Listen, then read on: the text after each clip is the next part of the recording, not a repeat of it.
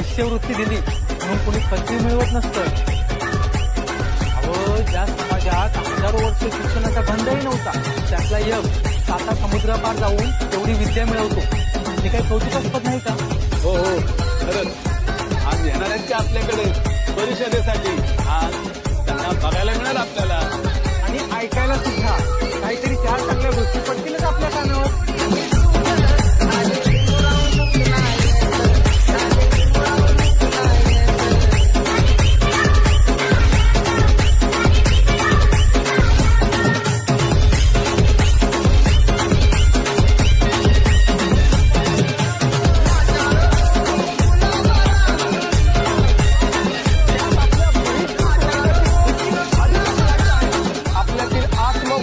आणि स्वाभिमान फार नष्ट झाला आहे.